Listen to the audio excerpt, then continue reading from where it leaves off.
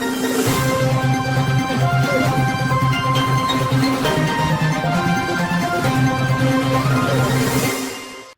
वालेकुम नाज़रीन, आज हम बात कर रहे हैं फैसलाबाद के बासलाहियत जेनेटिक काउंसलर और मॉलिक्यूलर बायोलॉजिस्ट अब्दुल मनान की, जिनकी खिदमात को कौमी और बैनुल अक़वामी सतह पर सराहा जा रहा है। अब्दुल मनान ने तवील अरसा जिन्याती बीमारियों की तशख़ीस और मरीजों की रहनुमाई में नुमायां किरदार अदा किया है और अब वो लाहौर में जदीद DNA लैब के साथ साथ निजी तौर पर भी जेनेटिक काउंसलिंग सर्विसेज फराहम कर रहे हैं।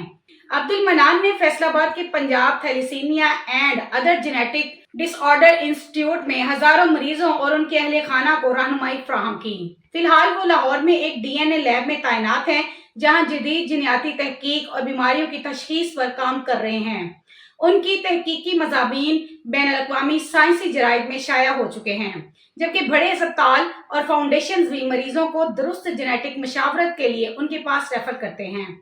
अपनी तहकीक, तदरीस और काउंसलिंग के जरिए अब्दुल मनान पाकिस्तान में जिन्याती शऊर को उजागर करने वाला एक नुमाया नाम बन चुके हैं। मजीद ऐसी खबरों से बाखबर रहने के लिए देखते रहिएगा चैनल 1 by 1 न्यूज़ HD।